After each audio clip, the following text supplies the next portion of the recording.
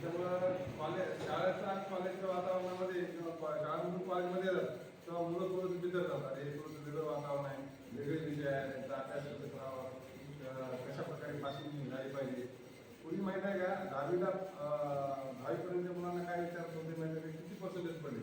पण डिप्लोमा किंवा इंजिनिअरिंगला पहिला प्रश्न विचारतात किती निघाली नाही, पर्सेंटेज कोणी विचारत नाही. पण तरी सुद्धा जर चांगला व्यवस्थित प्लॅनिंग केलं, व्यवस्थित अभ्यासाचं नियोजन केलं.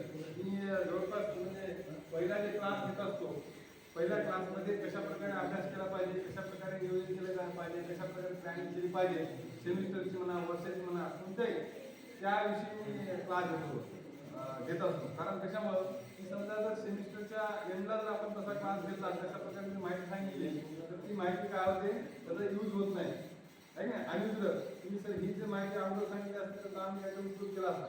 या दृष्टिकोनातून तुम्ही कशा प्रकारे प्लॅनिंग केली पाहिजे अभ्यासाची, त्या दृष्टिकोनातून तुम्ही सेमिस्टरच्या पहिल्या 1-2 दिवसामध्ये त्या टाईपचे लेक्चर घेत असतो.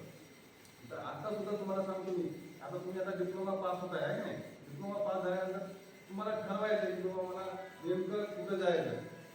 मला इंजिनिअरिंग करायचं आहे का, मला कंपनीमध्ये जायचं आहे का, मला यूपीएससी परीक्षा द्यायचं आहे का, मला यूपीएससी परीक्षा द्यायचं आहे का, मला गव्हर्नमेंट जॉब करायचा आहे का, मला कोणत्या क्षेत्रामध्ये करिअर करायचं आहे. तर थोडंसं काहीतरी आपल्याकडे ढोबळ माने आपल्या डोक्यामध्ये असलं पाहिजे. कशामुळं मी एक गोष्ट सांगत असतो बघा, जर तुम्हाला जर सकाळी उठून जर तुम्ही तयार झालात आणि तुम्हाला माहित नाही की तुम्हाला कुठं जायचं आहे, तर तुमचा एकही पहिले सुद्धा पाऊल तुमच्या घराच्या बाहेर पडत नाही. का तुमच्या डोक्यामध्ये नाही ना, मला कॉलेजला जायचं आहे का, मला मार्केटला जायचं आहे का, मला मित्राकडे जायचं आहे का, मला पाहुण्याकडे जायचं आहे का, मला पिक्चरला जायचं आहे का, मला खेळाच्या मैदानावर जायचं आहे का. कोणत्याच गोष्टीबद्दल तुमच्या डोक्यामध्ये तसं माइंडमध्ये नसते, सूचना नसते, इन्स्ट्रक्शन नसते. त्याच्यामुळे तुमचं पाऊल तिथं बाहेर पडत नाही.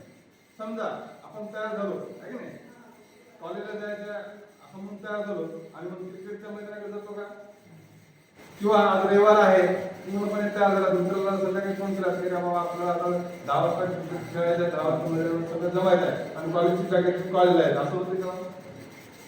होते काय, आपण जे ठरवतो त्या दिशेने आपण जात असतो. म्हणूनच आता जर तुम्ही जे ठरवलं किंवा मला प्रत्येक क्षेत्रामध्ये करिअर करायचं आहे, प्रत्येक क्षेत्रामध्ये जायचं आहे, त्या दृष्टीने माणूस काय करतो की आपल्या माइंडमध्ये तसं असते. बाकीच्या गोष्टी काय आल्या की ती गोष्ट तयार करण्यासाठी, ते ऑब्जेक्टिव्ह फुलफिल करण्यासाठी मग आपलं मन, आपलं शरीर, आपल्या जे काही बुद्धी आहे त्या दृष्टीने तयार करायला लागते. बरोबर आहे की नाही. म्हणून तुम्ही आता या स्टेजला तुम्हाला ठरवायचं आहे किंवा नेमकं मला काय करायचं आहे. मला गव्हर्नमेंट जॉबमध्ये जायचं आहे का, मला एमपीएससीची परीक्षा द्यायचं आहे का, यूपीएससी द्यायचं आहे का, मला नाही बाबा आर्थिक अडचण आहे आणि मला डिप्लोमा झाल्यानंतर मला कंपनीमध्ये जायचं आहे, 2-4 वर्ष केल्यानंतर परत मग बिझनेस टाकायचं. असं जे काय तुमचं जे काय अडचण असणार आहे, तुमचे जे काय ऑफिस आहे, तुम्ही ते आता ठरवा असं मला वाटतं. आणि ही झाली पहिली गोष्ट. त्याच्यानंतर दुसरी गोष्ट म्हणजे काय की तुम्ही तुमचं जे करिअरचं आहे ना, करिअर बिल्डअप करायचं आहे, ते करिअर बिल्डअपला खूप महत्त्व द्या.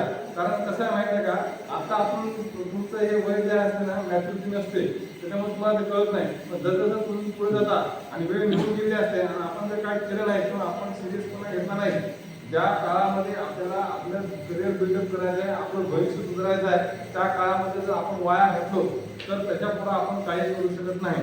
वेळ इतकी फास्ट झाली, तुम्हाला लक्षात आला या 2-3 वर्षामध्ये की बघता बघता आपण 3 वर्ष गेले आहे, आणखी 10 वर्ष बघता बघता निघून जातात आणि आपण एकदम काही घटना झाली की अचानक जागा होतो, अरे बापरे मग आता हे सगळंच गेलं, आता मी काय करतो. म्हणून तुम्ही आता व्यवस्थित काय ते प्लॅनिंग करा, व्यवस्थित ठरवा तुमचे ऑब्जेक्टिव्ह, तुमचे गोल्स, तुमचं जे काय असणार करिअर बद्दल, आणि त्या दिशेने एकदा तुमचं माइंड सेटअप झालं की मग तुम्ही त्या दिशेने प्रयत्न करू शकता. आणि दुसरी महत्त्वाची गोष्ट आहे बघा, आरोग्याला खूप महत्त्व द्या.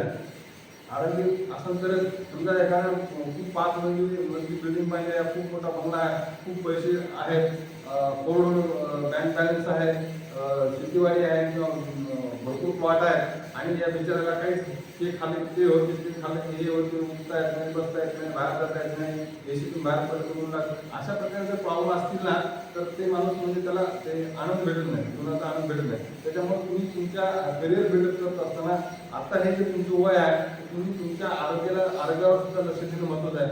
एक्सरसाइज करणं महत्त्वाचं आहे. एक्सरसाइज केलं पाहिजे.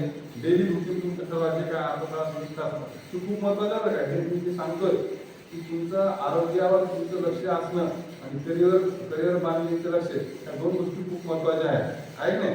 जर तुम्ही करिअरमध्ये चांगले यशस्वी झाला पण तुमचं आरोग्य जर व्यवस्थित नसेल तर तुम्हाला त्या करिअरचा आनंद घेता येत नाही. म्हणून आरोग्यावर सुद्धा लक्ष द्यावं. दुसरा एक पॉईंट सांगतो. त्याच्यानंतर बघा मी आणखी दुसरी गोष्ट सांगत असतो नेहमी मुलांना की समजा दोन मुलांचं आपण कंपॅरिझन करत असतो. समजा एका गैराजी मुलगा आहे, काही अभ्यास करत नाही, काय नाही, आणि दुसरा एक हुशार मुलगा आहे की नेहमी आपला अभ्यास करतो. होतं काय आता हे आठवड्यापर्यंत जे मुलगा गैराजी आहे काहीच अभ्यास करतो, पुढं आज नाही उद्या असं करत म्हणजे आठवडा संपला असतात. आणि त्याचा दुसरा जो मित्र आहे की आपले रेग्युलर जे काम आहे ते व्यवस्थित केलं आहे, रोजच्या रोज केलं, असाइनमेंट असेल, अभ्यास असेल, त्याचे काय बाजारातून काही सामान आणायचं असेल किंवा कपडे धुवायचं असेल, जे काय असेल शिकत असताना बरं का त्याने ते पूर्ण केलं आहे. आता झालं काय की रविवार आल्यानंतर मग जो मित्र आहे सगळं काम केलं आहे पहिल्या गैराजी मित्राकडे येतो आणि आपल्याला आता खेळायला जायचं म्हणतो. पण याचं काय झालेलं असतं, याचे सगळे आठवड्याचे काम खोळंबले असतात असं नाही, बरोबर नाही. मग पण तरी ते मित्र आल्यामुळं त्याला आता अभ्यास करू वाटत नाही किंवा त्याचे काम करू वाटत नाही तर ते खेळायला जातं. पण खेळायला जात असताना हा जो दुसरा मित्र आहे ज्याला सगळं काम केलेलं आहे तो चांगल्या प्रकारे एन्जॉयमेंट करू शकतो आहे की नाही. क्रिकेट खेळत असेल किंवा काही खेळत असेल किंवा पिक्चर बघत असेल.